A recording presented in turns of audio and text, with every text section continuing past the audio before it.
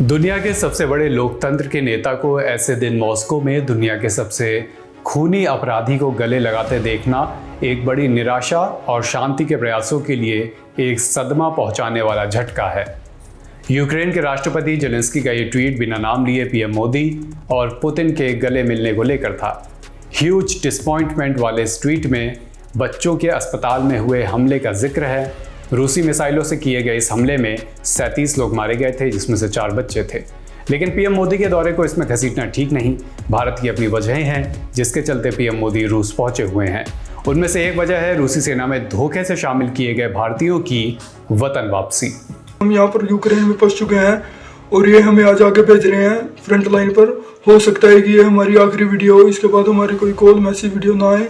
Indian embassy से और भारत सरकार से हमारी हाथ जोड़ के निवेदन है कि हमें जल्द से जल्द यहाँ से निकाल दिया जाए और हमारे जैसे भारतीय भाई यहाँ पर और भी फंसे हुए हैं, कृपया करके उनको भी निकाल दिया जाए। कोई रशिया में है, कोई यूक्रेन में है। सेना की यूनिफॉर्म में दिख रहे पंजाब और हरियाणा के इन 7 नौजवानों का वीडियो जब वायरल हुआ तो पता लगा कि कई भारतीयों को पैसों का लालच देकर जंग में नहीं भेजेंगे जैसे झूठे वादे करके रूस भेजा गया और फिर जंग के मैदान में पहुंचा दिया गया।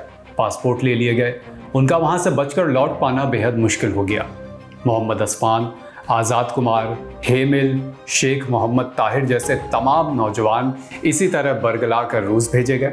उनकी कहानी आज आपको बताएंगे, लेकिन ये कहानियां नए सिरे से इसलिए बताई जा रही हैं क्योंकि प्रधानमंत्री नरेंद्र मोदी जब मॉस्को पहुंचे और रूस के राष्ट्रपति व्लादिमीर पुतिन के साथ उन्होंने डिनर किया, तब उन्होंने रूसी सेना में भर्ती कराए गए भारतीयों की वतन वापसी का मुद्दा उठाया। रूस की तरफ से भरोसा दिलाया गया है कि रूस की सेना में मौजूद हर भारतीय को रिलीज कराया जाएगा, यानी वो भारत लौटेंगे। हालांकि हर कोई नहीं लौट पाएगा। रूसी सेना में शामिल हुए 4 भारतीयों की अब तक मौत हो चुकी है। विदेश मंत्रालय ने पिछले महीने ही 2 और भारतीयों की मौत की जानकारी दी थी। इससे पहले हैदराबाद के मोहम्मद असफान और सूरत से गए हेमिल मंगुकिया की भी मौत हो गई थी। इन कहानियों में एक कहानी उस लड़के की भी है जो वहां से वापस आने में कामयाब भी हो गया। उसकी भी कहानी बताएंगे, लेकिन इससे पहले बात मोहम्मद असफान की। हैदराबाद के मोहम्मद असफान से कहा गया था कि उसे रूसी सेना में हेल्पर की नौकरी मिलेगी, अच्छे पैसे मिलेंगे, लेकिन वहां पहुंचने के बाद उसे फ्रंट लाइन पर भेज दिया गया, यानी युद्ध के मोर्चे पर भेज दिया गया। They give assurance they work for only military helper, not for any armed force. But they not recruit as a helper, they recruit as a armed force, and they are now in Russia. After Russia they have a training for military training, and after that they went for Ukraine. Now presently all are in Ukraine frontline zone. असफान की इसी साल मार्च में Ukraine के खिलाफ लड़ाई में मौत हो गई। वो 30 साल के थे। ऐसी ही कहानी हेमिल की भी है, जिन्होंने ऑनलाइन विज्ञापन देखकर नौकरी के लिए अप्लाई किया था। चेन्नई से रशिया पहुंचे। दनिश्क रीजन में यूक्रेन की एयर स्ट्राइक के दौरान 21 फरवरी को उनकी मौत हो गई। कश्मीर के अवंतीपोरा के आज़ादी यूसुफ कुमार भी उन नौजवानों में से एक हैं जिन्हें बरगलाकर रूस भेजा गया था। सेब की खेती करने वाले उनके परिवार के लोगों का बुरा हाल है। रूसी सेना में कितने भारतीय हैं जो कुक या हेल्पर बनाए जाने का झांसा देकर यहाँ से वहाँ ले जाए गए, ये नंबर अभी तक साफ नहीं है। उनकी संख्या 50 से 200 के बीच भी हो सकती है। इनमें से ज़्यादातर अभी भी वहाँ फंसे हुए हैं, लेकिन सबकी किस्मत अहमदाबाद के शेख मोहम्मद ताहिर जैसी नहीं है, जो रूस गए, ट्रेनिंग ली, लेकिन वापस सकुशल लौटने में कामयाब रहे। हमने कमांडर को पहले ही पूछ लिया था, तो कमांडर को हमने पूछा था कि हमारा वापस आने के चांसेस कितने हैं, तो कमांडर ने बोल दिया था कि 10-10% भी नहीं है। तब से हमको पता चल गया था कि हमको एक बार हम बॉर्डर पे चले जाते तो वहाँ पे वापस आना नामुमकिन है, क्योंकि हमारे से पहले भी काफ़ी लोग आगे बंदे जा चुके थे जो इंजर्ड होकर वहाँ से वापस आते थे। वो हमको एक ही बात बोलते थे कि आप आगे मत जाना। फिर वहाँ पे कॉल करके बात की, उसने बोला इस तरह से इसके फ्रॉड हुआ है।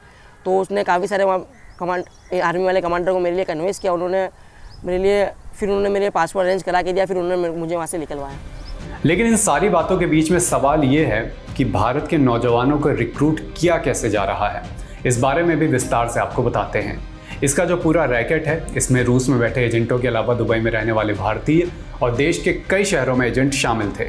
सीबीआई ने इस सिलसिले में इसी साल मार्च की शुरुआत में दिल्ली, मुंबई, अंबाला, चंडीगढ़, मदुरई और चेन्नई के तमाम ठिकानों पर छापे मारे थे। जांच में पता चला कि सोशल मीडिया के जरिए रूस में नौकरी का झांसा दिया गया।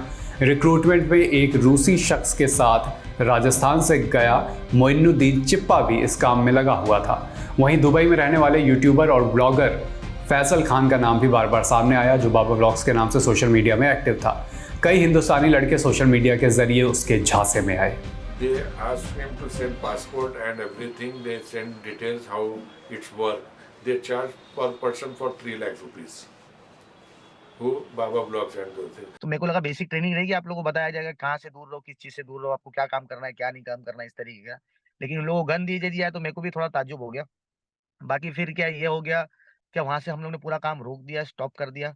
और उसके बाद फिर चीजें और खराब हुई जब उन्होंने ये बोला कि हमको कैंप से कैंप भेजा जा रहा है, यहाँ से शिफ्ट किया जा रहा है। आगे से रिपोर्ट आ रही है कि आगे से लोग की डेड बॉडी आ रही है, कोई इंजर्ड होके आ रहा है।